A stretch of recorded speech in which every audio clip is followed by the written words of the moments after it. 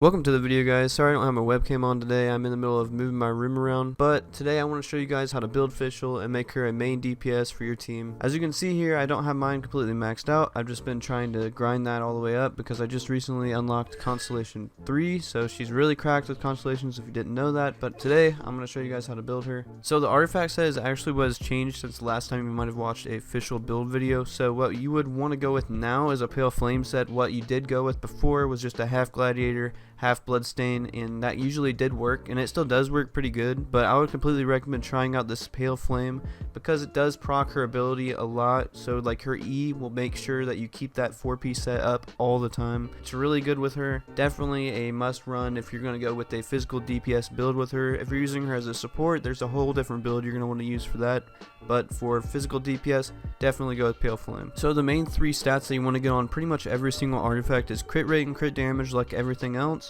attack percent, and then for the fourth one you can kind of get what you want. I would go with like elemental mastery or energy recharge. One of those usually helps out the most, but it doesn't matter. You could get flat attack, it doesn't really matter. As long as you get that crit rate, crit damage, and attack percent, you're gonna be doing pretty good. So for your sands, you're gonna want to go ahead and get yourself an attack percent because that's really what you need with her. You don't need any other substats. She basically just runs off this stuff, so just go ahead and get yourself an attack percent sands and you'll be chilling. Now for your cup, you're going to want a physical damage cup because this is what you're going to be doing most of the time. If you didn't know, all of her normal attacks are physical damage. If you are running her as a support, this would be different. You'd want to run an electric cup, but we're talking about DPS here, so definitely grab yourself a physical damage bonus cup. Now for the last piece, I would totally recommend going crit rate or crit damage, so don't go with anything in between. Crit rate or crit damage, whatever you need, get that and just run with it. For me, I needed crit damage because I just have a ton of crit rate and not enough crit damage, so that's why I have this on.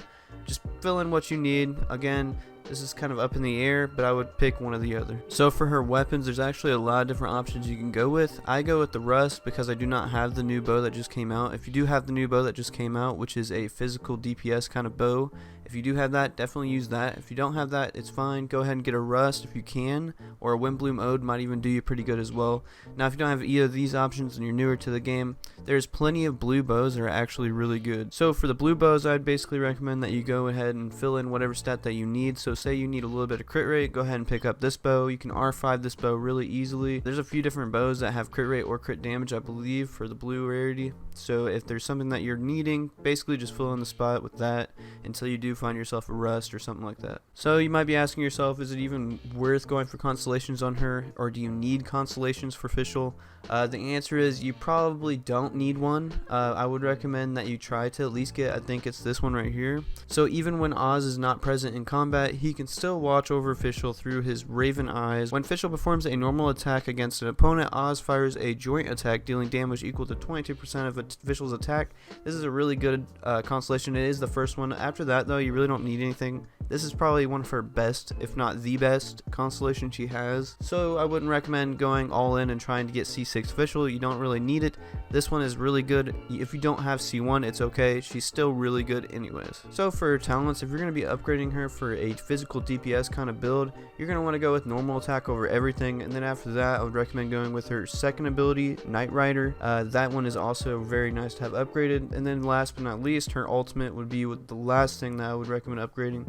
Mainly because of the artifact set that I recommended to you guys. You want the E to be pretty good because that's how you're going to get your other damage bonus as well. As always, you'd want to get them all leveled up. There's no reason not to. Just try to upgrade them in order so that way you can obtain the most DPS you possibly can in the shortest period of time. As far as her level goes, you're going to basically want to max her out as far as you can for a physical DPS build. You don't want to be skimping at all. You want to be all the way up, at least 80 out of 90. You don't need to be 90. But mine is also only level 70. I've just recently started leveling her up, but this is the build that I came up with. It wasn't really hard to do. This build is just a no-brainer. It's so good. Hopefully you guys enjoyed this video and found it a little bit useful. If you did, I would really appreciate if you guys dropped a like on the video, maybe subscribe. But until next time, guys, this is Max. I'll catch you guys in the next one. Peace.